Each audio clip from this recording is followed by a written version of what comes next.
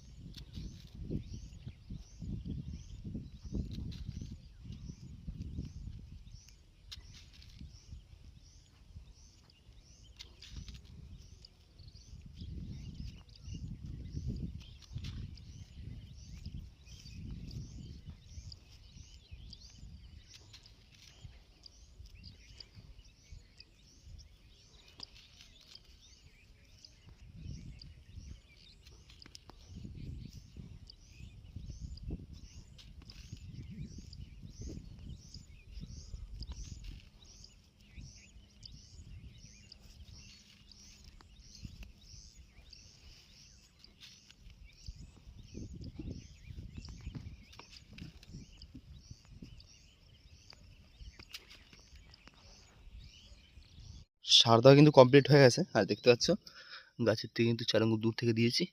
আর এরকম কিন্তু মানে লাস্টে এই অল্প একটু সার বেঁচেছিল, সেটুকুও মূলত দিয়ে দেওয়া হয়েছে। তো এই মানে এর ভিতরে আর বাড়ি নিয়ে যায়নি, মানে বাড়ি নিয়ে যাবো না। যাই হোক, সার দেওয়া হয়েছে। আর আরও একটা জিনিস তোমাদের দেখিয়ে রাখি, মানে অনেকেই এই প্রশ্নটার উত্তর জিজ্ঞেস করেছিলেন যে দাদা, আপনারা কীভাবে খুঁটি ব্যবহার করেন বা কীভাবে খুঁটি দেন।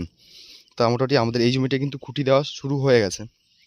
তা সেই হিসেবে কিন্তু বলে রাখি, মানে যেহেতু এই খুঁটি দেওয়াটা একটা দিন মানে একদিনে কিন্তু সম্ভব না।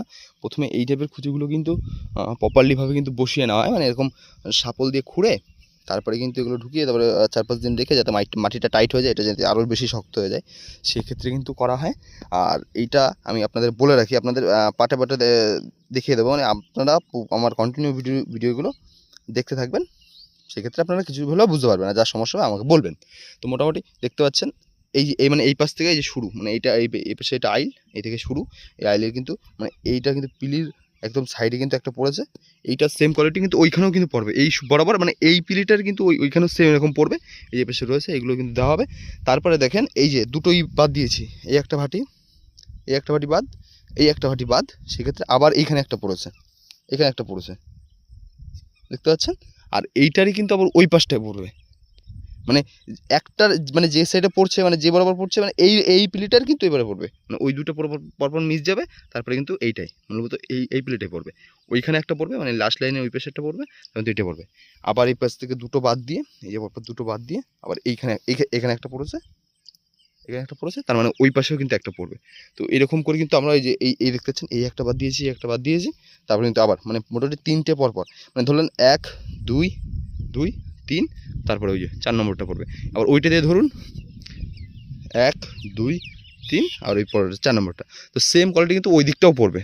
তো আশা করি আপনারা বুঝতে পারলেন, মানে যেইটার মানে এবার আপনি ধরুন এইটার এই পাশে দেওয়া আছে, আর আপনি হচ্ছে এইটার মানে যেহেতু হিসাব করে এই লাইনের মাথায় পড়ে, আপনি যদি এই পাশের লাইনটায় মানে এই লাইনটা যদি বসান, সেক্ষেত্রে কিন্তু ভুল হবে।